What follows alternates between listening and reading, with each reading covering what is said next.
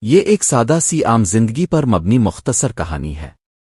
میری امی ہر صبح مجھے جگانے کے لیے ہلکی سی آواز میں کہتی تھی، اٹھو سورج نکل آیا ہے۔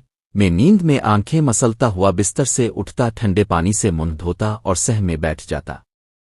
امی چائے بنا رہی ہوتی اور ابا اخبار پڑھ رہے ہوتے۔ گھر میں ایک سکون سا ہوتا۔ امی ہمیشہ ناشتہ ساتھ میں کھلاتی تھیں۔ میں اسکول کے لیے نکلتا تو وہ پیچھے سے آواز دیتی، بیٹا خیال سے جانا۔ وہ یہ جملہ روز سنتا تھا مگر کبھی اس کی اہمیت کا اندازہ نہیں ہوا۔ وقت گزرتا گیا۔ میں بڑا ہو گیا، پڑھائی کے لیے شہر چلا گیا۔ صبح اب خود جاگنا پڑتا تھا۔ امی کی آواز نہیں آتی تھی، ابا کا اخبار پڑھنے کا منظر نہیں تھا۔ چھوٹے چھوٹے لمحے یاد آنے لگے جو اس وقت عام لگتے تھے مگر اصل میں بہت قیمتی تھے۔ چھٹیوں میں جب واپس گھر آیا تو امی نے پھر ویسے ہی جگایا، ویسی ہی چائے بنائی اور ابا وہی اخبار لے کر بیٹھے تھے۔ دل میں سکون اتر گیا۔